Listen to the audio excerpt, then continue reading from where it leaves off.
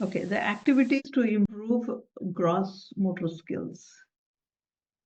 Crawl on all fours through hula hoops, under tables and chairs and so forth. Hit a balloon on a string. Swimming. Take sheets and towels out for spreading and folding. Drawing and writing upright on a chalkboard or easel. Household chores, carrying dishes or heavy objects, moving furniture, sweeping, vacuuming, washing windows, raking, shoveling, and so forth. Zoo exercises. Crawling and creeping. Simon Says.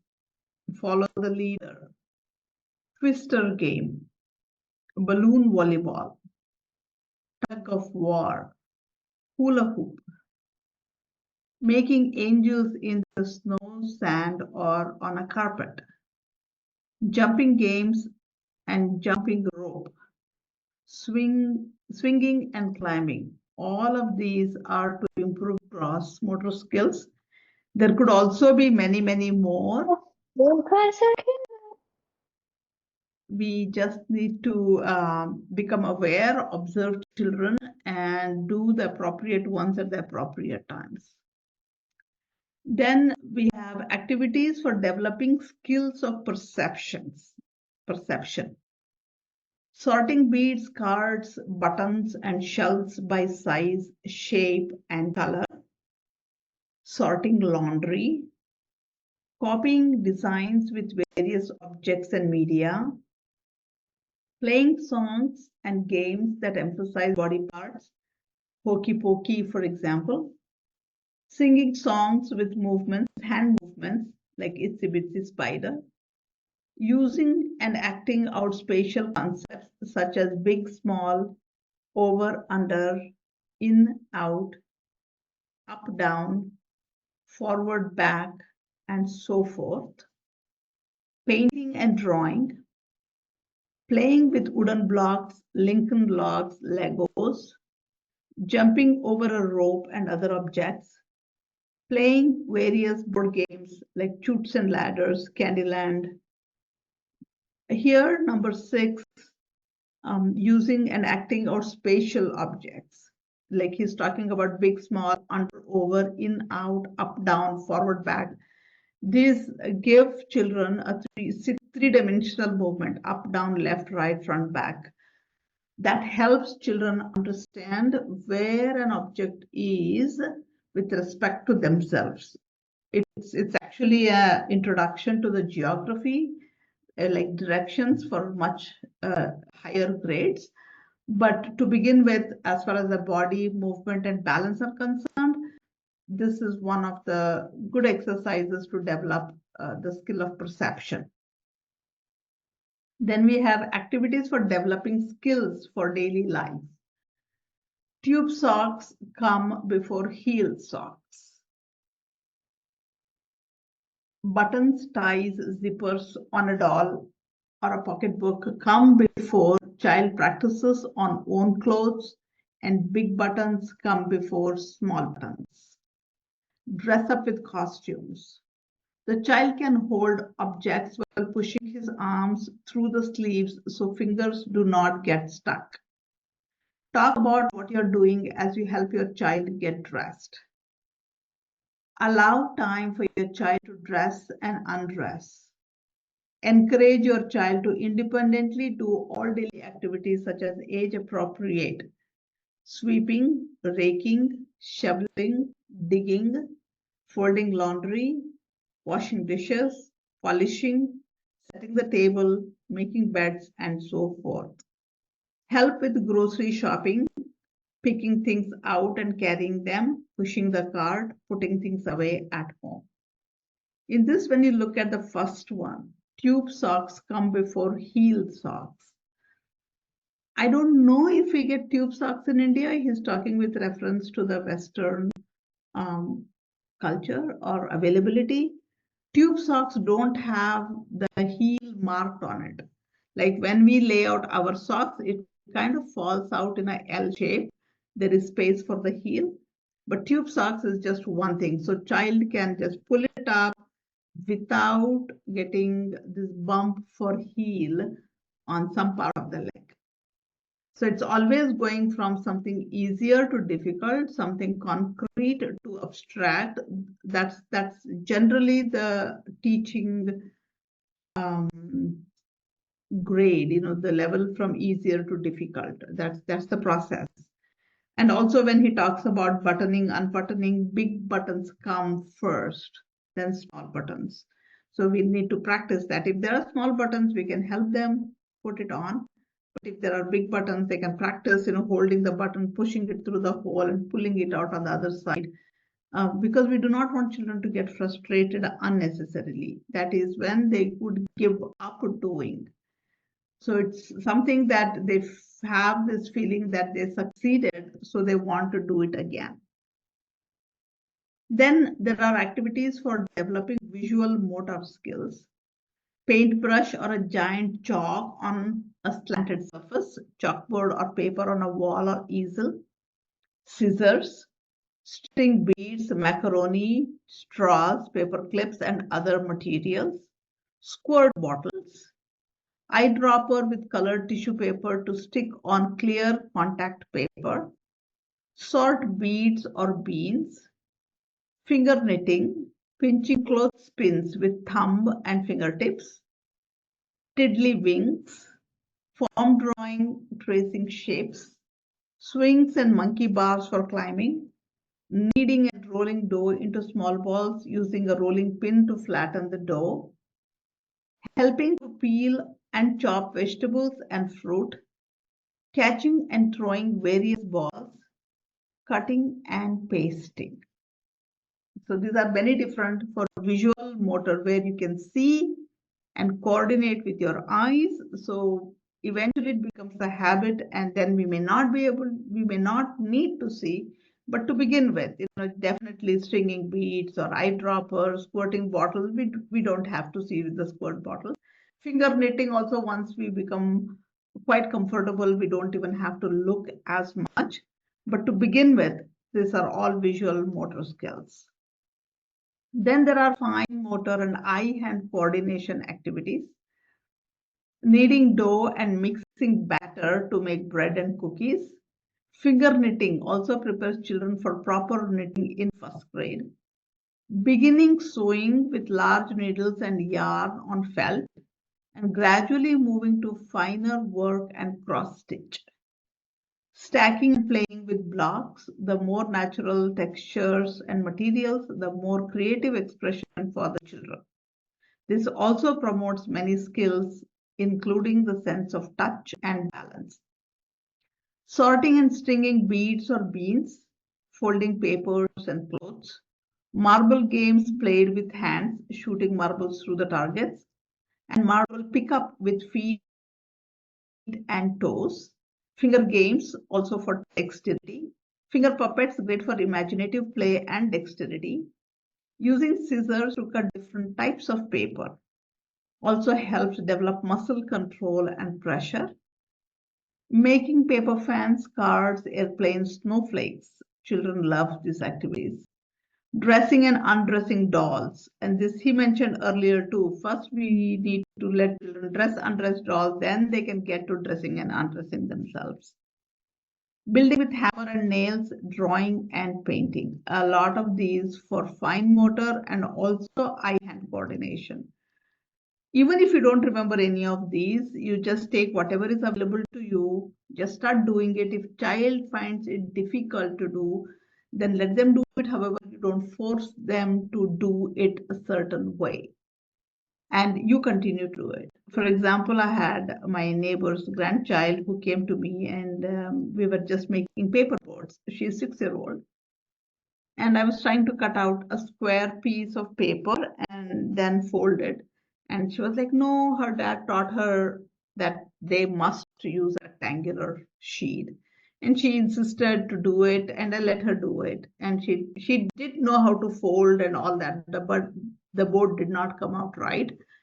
And I kept doing, I did one and I did another one because she knew already the steps. So I just kept doing. And finally she said, oh, maybe I should also try with a square piece of paper. So I had done probably 4 or 5 by then, though I was doing it slow. But she needed to see for herself that she had to do it a little differently. So rather than correcting her right away, just let her observe and let her pick it up at her own pace. Discipline and healthy boundaries. Does someone want to read? Shall I go? Sure. The need for boundaries. Do they help or hinder child development? This is an important reality in our lives from early childhood through through to the end of our lives. Even as adults, we experience how challenging it is when we live or work with someone who does not have established boundaries. What do we experience? This type of person comes towards us like a tidal wave, flows over and around us with seemingly no sense of our separate being. He or she interrupts and is unaware of breaking into a conversation or a train of thought. This person tends to stand very close and is always in your face, exhibiting this disrespectful behavior. The person often does not realize that he or she is doing anything inappropriate. What happens with children? Without boundaries, a child is like a house with no outer walls to provide safety, structure, form, stability, or protection, so that rhythm, breathing, quiet, and good health can exist within. Without clear boundaries established by adults to provide routine, rhythm, and ritual, then chaos fills the space.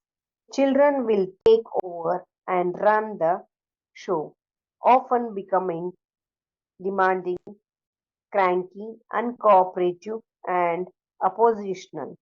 They throw temper tantrums and even become physically and or verbally abusive to siblings and parents.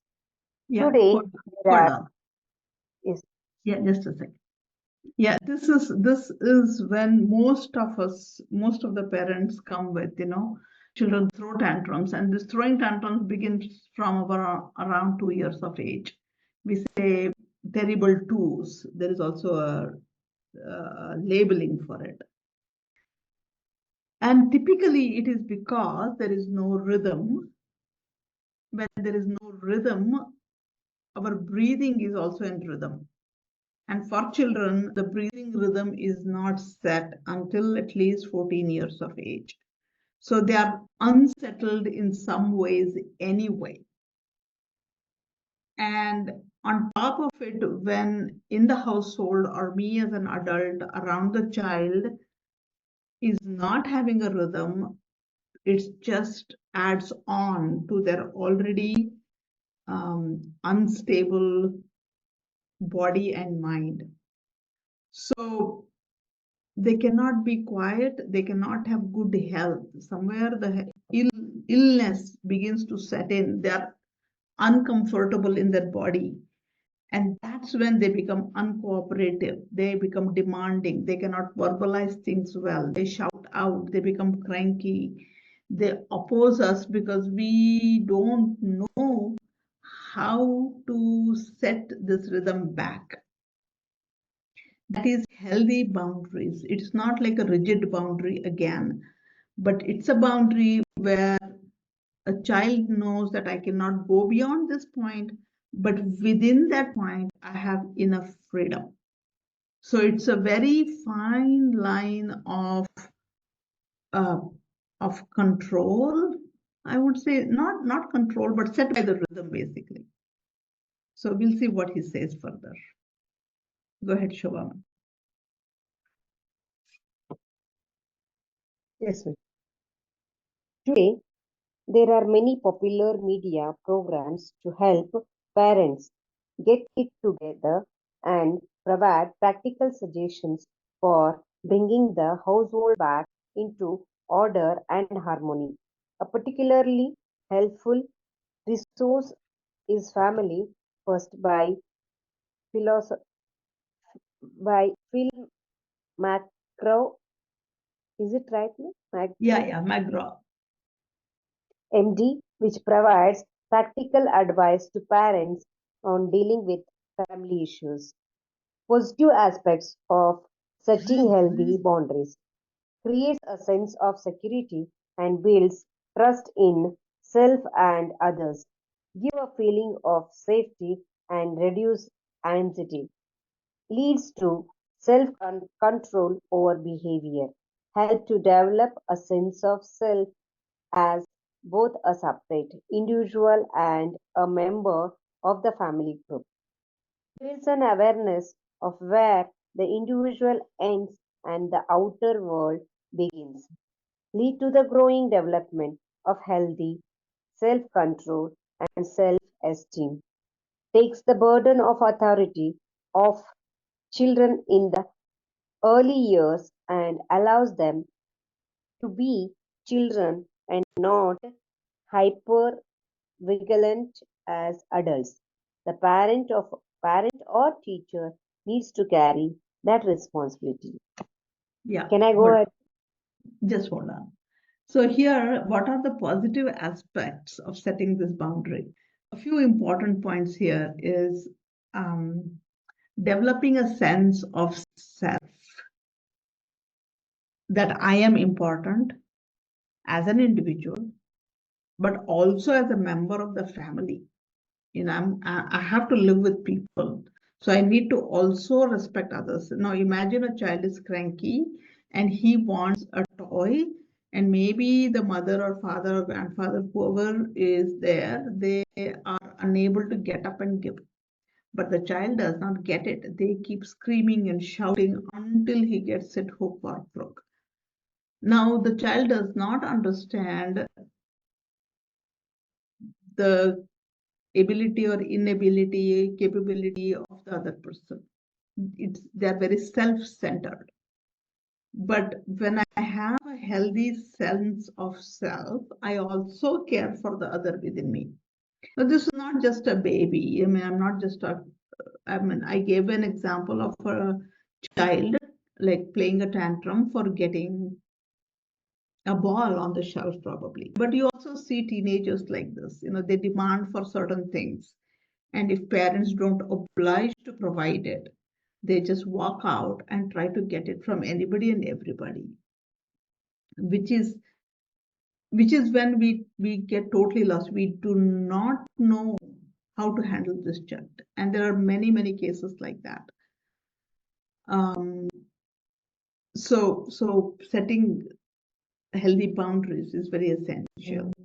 And the other thing is why it helps everybody is it's the children takes off the burden of authority of children in the early years. Now we start telling children, oh, you're old enough now, do it.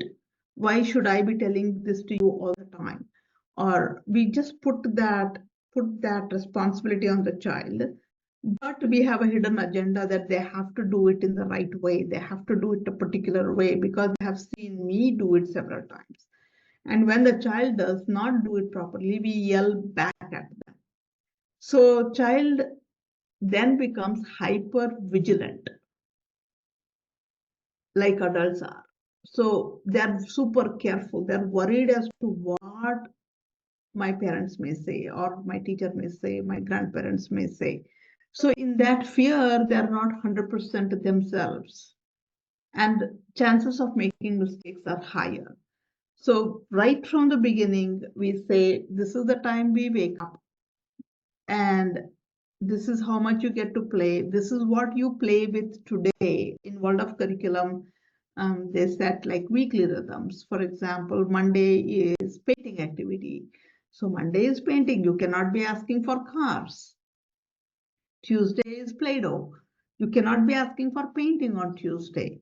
But once you set this rhythm, then it becomes easy for child as well as the parent, and there is no ongoing tussle that the child wants to play only with the car 24/7, and they want more and more and more of those cars. They never experience anything else, and then there is one-sided, adamant character that is being nurtured. So having these healthy boundaries is, in other words, setting a proper rhythm. Healthy boundaries also is, when everybody eats one type of breakfast, everybody eats it. We don't do something special unless there is somebody like diabetic at home who cannot eat who have to be on a certain diet. Then it's understandable. But as long as it's a normal family, we don't make something different just because the child does not like this, or father does not like that, or mother doesn't like this, whatever. So that is again a boundary. We eat what is cooked, and the entire family does it. We go out every Saturday. That's again a boundary. We definitely go out, but not every day. It's going to be on a Saturday. And so planning ahead takes off burden from everybody. And in spite of that, we will have surprises that come up. However, the basic thing is laid out. All right, ma'am, continue. Yeah. Negative aspects of not having healthy boundaries. A child-controlled home is not a happy household. A child without personal boundaries is challenging student in the classroom. Strict control from others does not lead to healthy self-control. Too much control or a rigid boundaries can be restrictive, suffocating, and cause lack of trust, weakening a sense of self-reliance. Frequent or a constant criticism from others of our actions creates fear and anxiety and teaches children to be critical of self and others. Yeah, I think that's quite explanatory, self-explanatory. It becomes, it's as though we are giving a remote in the hand of the child, and she controls the home, and none of them is happy because child is not as experienced and as wise yet. And one leads to another. There is a lot of fear and anxiety both in the classroom and at home. So set healthy boundaries. All right. The double edged sword. When our boundary is healthy or too restrictive, it is always challenging to bring ourselves and our environment into balance. Questions need to be considered. Are these boundaries too much, too restrictive, or they too loose? Finding a balance between freedom and control is a challenge, but we cannot establish a healthy sense of responsible freedom without a healthy sense of self control. Children learn early how to negotiate with adults to get their own way, but in reality, everyone loses. Adults ought not get in the habit of negotiating for children are much better at this game. Temper tantrums and hissy fits are often type of a power play to control the situation. Remember, all tantrums need in an audience. It is impossible to resolve a problem when a child or a teen is in this state. But the adult does not have to stand by and watch or be abused. Step out of the ring. All right. Creating. Just a second. You see how helpless parents become.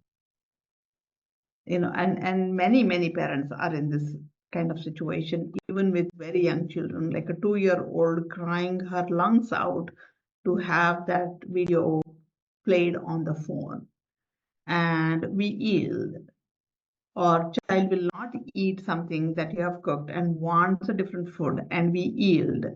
Now we need to question why we yield. Don't we have time? Don't we have skill? Don't we understand why the child is playing the tantrum? And like he says, children are better at negotiating game. They can, because they have nothing to lose. But we have a lot to lose. We don't want my child to cry when people are around. We want our children to be the best behaved in the crowd. We have a lot of expectations that we have set of how we should be and our children should be. That is why we give in. So pay attention to that, where we may be giving in as a teacher, as a parent. It is time to step out of that ring. It is healthy for both the adult and also the child. All right, carry on. Creating appropriate healthy boundaries and letting the child breathe, experiment, and explore his or her own unique abilities allow for room to be creative. When a family takes the time to be together to do things, children learn from their parents as a role models. Is what a child sees on the outside the same as what is going on in the inside of their parents? When does too much nurturing become disabling or detrimental to the children's developing their independent skills and abilities? Nurse, nursing or staying in the family bed, doing personal care and daily chores for a children well beyond the time they should learn to do them for themselves. Often children will turn on the indulgent parent, even hating him or her for making them so dependent. Yeah, thank you. So we are talking about when is it too much, when is it too little. So the last bit that is giving example, when does too much nurturing become disabling and detrimental to the children's developing their independent skills and abilities? Where are we overdoing? Where are we stepping in without children trying their bit? It begins with nursing, when the baby is small and a mother is nursing the child, or the child is sleeping with parents, staying in the family bed, doing personal care. The child can wear their own clothes, but we want to put it on right. And daily chores for children, doing, even before the child says they want water, you're already there with a glass of water, or you're sometimes inundating, forcing them to have that water or drink that milk or whatever. Well beyond time they should learn to do for themselves. Even when the child is 8-year-old, you're readily providing everything. I mean, I have seen parents, even when the child is 22-year-old, mother will mix up the food and bring it in the plate and sometimes even feed the child. That's little too much. And when is it too little? When we don't even do enough, we don't even care as much. So the last line, often children will turn on the overindulgent parent, even hating him or her for making them so dependent. Because when parent is overdoing it, child is not learning the skill. And when they go out with their friends or later on in their life, they are unable to do a lot of simple things that many children may be capable of doing. And that was because we were super caring parents. We were too worried that they may miss on studying and we were trying to provide that extra minute so the child could sit and study. That is when we are disabling the child. It is detrimental to the child's developing skills. So we got to be careful with that. We'll stop here for today and continue with the rest of it tomorrow.